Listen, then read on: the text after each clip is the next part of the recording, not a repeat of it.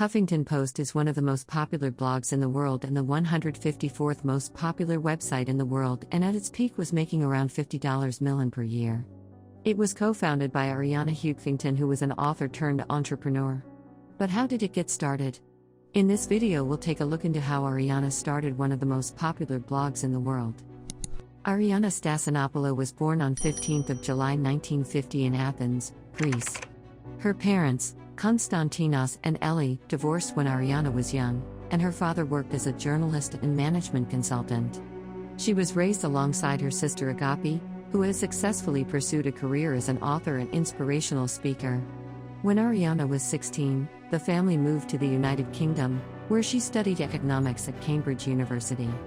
Arianna was the president of the Cambridge Union and became the first foreign and third female person to achieve this. She also studied in India, and in the 1970s, she was romantically involved with author Bernard Levin, described as the most famous journalist of his day. She began her career as a writer under Levin's guidance, and her first book, The Female Woman, was released in 1973. Her second book, After Reason, was rejected 37 times before eventually being published in 1978. In 1980, she relocated to New York mainly due to Levin's reluctance to marry or have children, and it was in the 1980s she met her future husband, Michael Huffington. Her first business success was her desire to create an alternative news platform. This led to her co-founding the Huffington Post in 2005 alongside Kenneth Lehrer, Jonah Peretti, and Andrew Breitbart. The Huffington Post began life as just another liberal blog in an already crowded field. It aggregates news from other sources, but eventually it grew into a full-fledged news organization. The Huffington Post is an unlikely success story, built in large part on the notoriety of Arianna Huffington and her allies. According to various sources, skeptics dismissed it as a vanity outlet for Arianna Huffington and her Hollywood friends.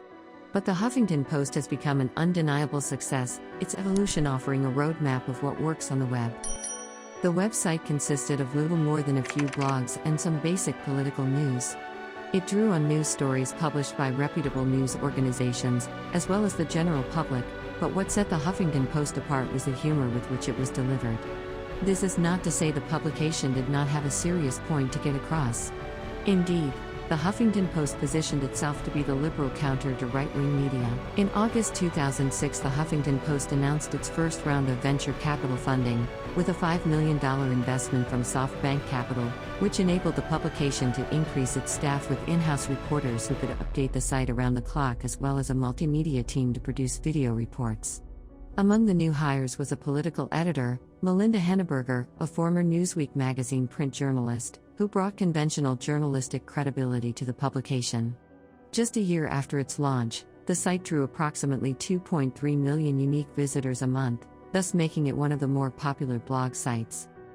In early 2008, the site garnered 3.7 million unique visitors and enabled it to beat out its conservative competitor, The Drudge Report, for the first time. 42 Its success drew further funding in 2008, with an additional $15 million investment, which allowed the publication to finance the expansion of HuffPo, as it is known, into the provision of local news across the United States and into more investigative journalism.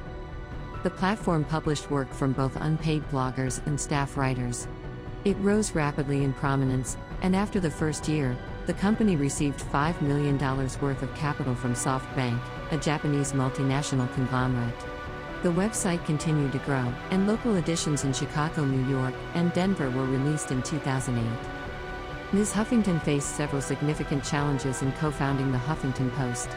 At the time, the landscape was dominated by powerful conservative voices, such as The Drudge Report. Moreover, the failure of other liberal blogs to draw huge audiences or active participation had produced a conventional wisdom that progressives were simply not interested in this type of content or interaction. Hence, convincing advertisers to support a liberal blog site would be a Herculean undertaking.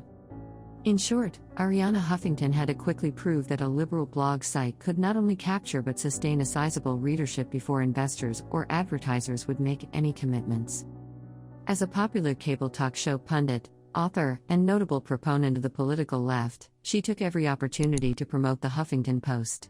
With appearances on shows ranging from Real Time with Bill Maher and Charlie Rose to the McLaughlin Group and Larry King Live, she continually drove traffic to her namesake fledgling blog site. In addition, the staff of the Huffington Post became adept as news aggregators in identifying the most compelling content on the web that matched its left-leaning editorial slant, as well as some juicy celebrity gossip, and reposting portions of these articles on the blog site.